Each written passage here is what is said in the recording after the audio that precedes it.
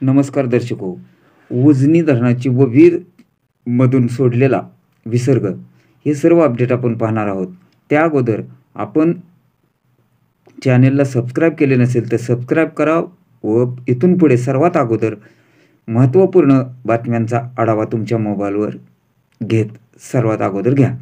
तर वीर धरणातून नीरा नदीच्या पात्रात जो विसर्ग 250 क्युसेक्स करण्यात आलेला होता तो आज दुपारी 12:30 वाजता वाढवून तो 1425 क्युसेक्स केला. तर बंड गार्डनची आवक सध्या कमी झालेली असून ती सकाळी 5438 क्युसेक्स होती.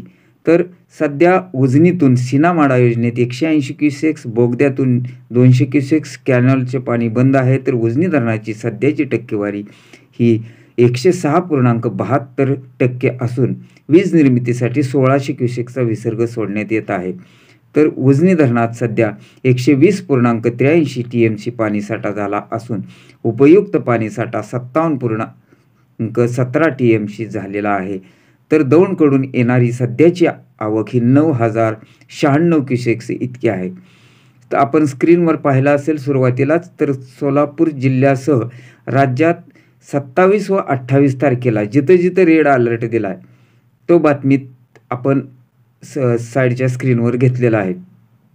तर सोलापूर जिल्हा विशेषतः 27-28 या तारखेला महत्त्वाचा इशारा देण्यात आला आहे. तर उजनी धरणातून जो विसर्ग सकाळी सोडण्यात येत होता तो विसर्ग 20,000 क्युसेकचा होता.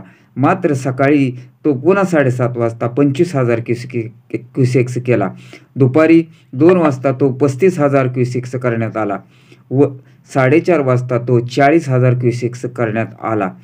सध्या उजनीच्या स्थानिक पाणलोट क्षेत्रात मोठ्या प्रमाणात पाऊस होत असल्याने व झाल्याने उजनी धरणाची पाणी पातळी ही वाढत आहे. त्यामुळे सदर विसर्गात पाणी पातळीच्या प्रमाणावर वाढ ही होऊ शकते. त्यामुळे नदीकाठच्या नागरिकांनी सतर्कता व सावधानता बाळगावी. तसेच पुढील अपडेटसाठी आपण चॅनलला अजूनपर्यंत सबस्क्राईब केले नसेल तर सबस्क्राईब करा व बातम्यांसाठी निश्चितपणे लाईक करायला विसरू नका.